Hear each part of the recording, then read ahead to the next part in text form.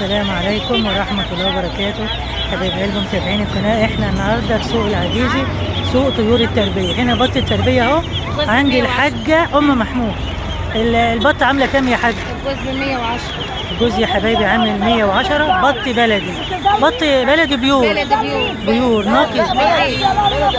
بلدي اصلي. ما هو بيور يعني اصلي. بيور اللي هو الفرنساوي الابيض ده بيور، انما دي بلدي اصلي. بلدي اصلي يا حبايبي. البط عاملة 55 جنيه. حلو زي الفل والله. عند الحاجة ام محمود. عند الحاجة ام محمود. والبطة دي دوت الجوز ب 180. الجوز يا حبايبي عامل 180 جنيه، يعني الواحدة عاملة 90 جنيه.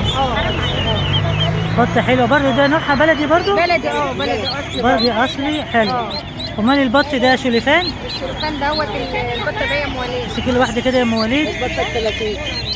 بس ده حلو اهو. هو سعره رخص شوية. البطة عاملة 30 جنيه يا حبايب قلبي. وهنا ده نوعه ايه برضه؟ شوليفان؟ زيه نفس السعر. والبطة الكبيرة ديت دي يا ولاد زي برضه بنفس السعر 30.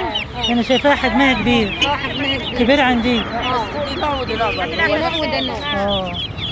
ربنا يوسع عليكم يا رب ويحسن بيعكم، عشان تدعوا لي دعوه حلوه عند الحاج ام محمود يا جماعه.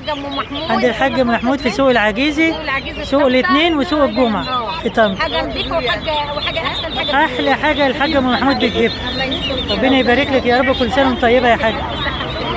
حبايب قلبي ما تنسوش اللايك والشير. كل سنه وانتم طيبين.